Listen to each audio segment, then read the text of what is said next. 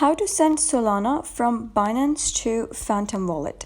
Hello guys, and welcome back to the channel. In today's video, I'm going to show you how you can transfer Solana from Binance to Phantom Wallet. So let's get started. First of all, you need to know that if you're transferring Solana from Binance to Phantom Wallet, that means that you're withdrawing from Binance and you are receiving on Phantom.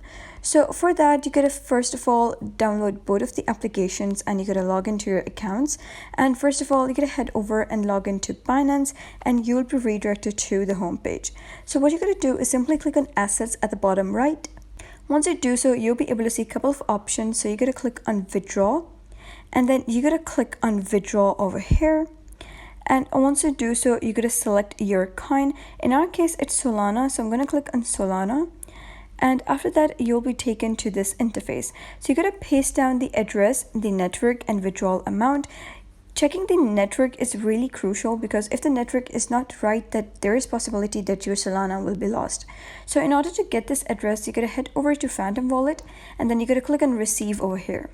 And once you do so, you gotta select Solana and then you gotta either, just scan the QR code or you gotta copy the address. So I'm gonna copy this address and it would say copied, and then you gotta head over to Binance and then you gotta paste that address over here, and then you gotta select the network and make sure that the network is Solana, because obviously if you're transferring Solana, and then you gotta type down the withdrawal amount. Just make sure that you do have that much of withdrawal amount in your account, and after doing that, just check all of your blanks and then you gotta simply give this a read and click on withdraw.